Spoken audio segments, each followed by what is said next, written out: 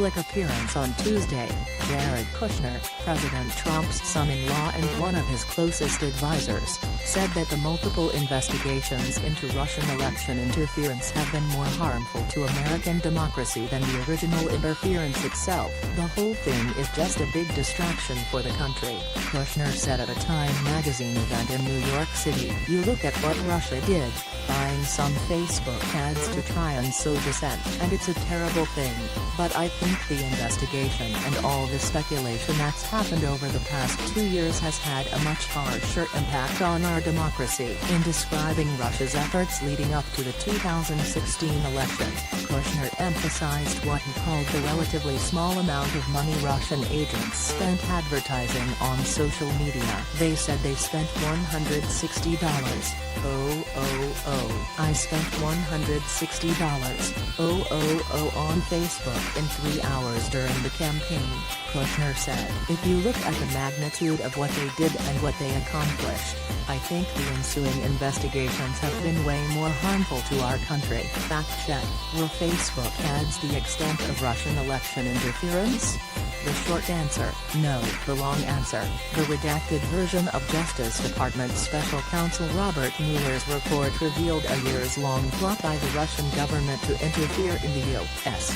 that investigators called sweeping and systemic. As to the amount of money expended on Facebook ads, the company said Russian operatives did spend less than $200 on advertising on the platform, but that doesn't account for the organic content the operatives created and shared. Not only were influenced specialists within Russia's Internet Research Agency purchasing normal advertisements, they were authoring their own posts, memes and other content as they posed as American users. They also reached out to politically active Americans, posing as like-minded supporters, and helped organize rallies and other events in the real world. Facebook says the Internet Research Agency may have reached as many as 126 million people. Separately, Twitter announced that about 1.4 million people may have been in contact with IRA-controlled accounts. The social media aspect of the interference was just one dimension. Cyber attackers also went after political victims in the United States,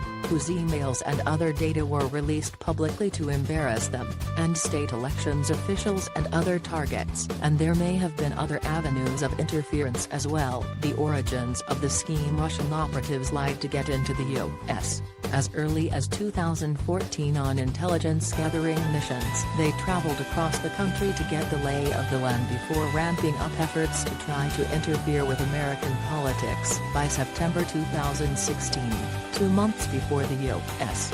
presidential election, the Internet Research Agency was working with an overall monthly budget that reached over $1.25 million. It employed hundreds of employees, a graphics department, a data analysis department, a search engine optimization department, an IT department and a finance department, according to an indictment filed last year by Mueller's team. And it hasn't stopped. The U.S. military reportedly blocked the internet access of the IRA during last year's midterm elections to keep it from interfering with the midterm election. U.S.